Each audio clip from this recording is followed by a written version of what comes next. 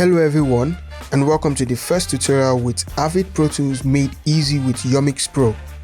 And in this first tutorial, I'm going to be showing you how to set up your dashboard and also prepare your session for a successful project. I would like you to follow me step by step. I am using Pro Tools HD12. When you open Pro Tools, your dashboard window appears.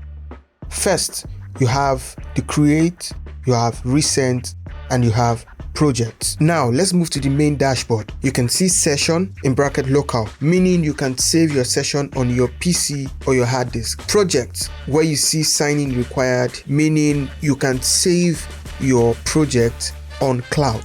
Then we have Name. We are going to be naming our project and session Tutorial 1. Now you can see Create from Templates and is currently unchecked on the box. This has different default templates that comes with Pro Tools for different purposes. You can play around the different default templates that we have and select any one of your choice.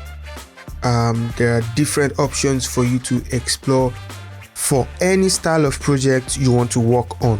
Then we move to the next file type. We have bwf.wave and we have AIFF. Select bwf.wave. For sample rate, select 48 kHz, and for bit depth, select 24 bits. You can leave the I/O settings to last use. Now, you can see a box that is not ticked yet, which is showing interleaved. In Pro Tools, when you see interleaved, it means stereo. So you just tick the box and you have that session on a stereo mixdown. Up next is location. Select location and create a new folder and title it Tutorial 1. So the reason why I'm doing this is because I've already created a folder naming it Tutorial 1. So I'll just replace it. Then you select Use Current Folder and Open. And you click Create. Now, this is our edit window. On the transports window, select Grid. So when you click it, it turns blue. Now move to the tools area and click on the top bar where you have those three tools selected. Once you click it, it highlights those three tools. Those are very key tools we are going to be using in our session. Now click the arrow beside the 1 hour timer and select time code, because that's what we're going to be using for our session. We will not be using the minutes, seconds, or bars and beats or feet plus frames or samples. Now we move to the next window. Make sure you have that grid option selected so it can turn green. Still on the grid line, select the arrow down and click on 1 frame. So that is all we are going to be changing on the edit window for now. We will be changing some settings on the preference window to suit our project.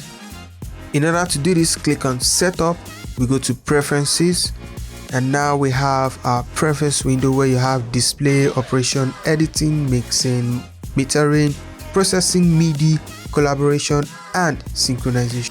Select operation and navigate down to the video session where you have the enable GPU, prevent tearing, enable hardware during scrub, and play start latency. So now we are going to be selecting enable GPU, prevent tearing, enable hardware during scrub, and also change our play start latency to longest 5. We are making these changes so as to avoid our video from lagging or tearing while we are editing on our project. So you can switch to any of the numbers depending on the kind of issues you are experiencing. Move to the next tab where you can see processing. Now you can navigate to the import window and move to the second option where you can see automatically copy files on import and tick it. Then click OK to make changes to our settings. Thank you for watching this tutorial. Stay tuned for the next one.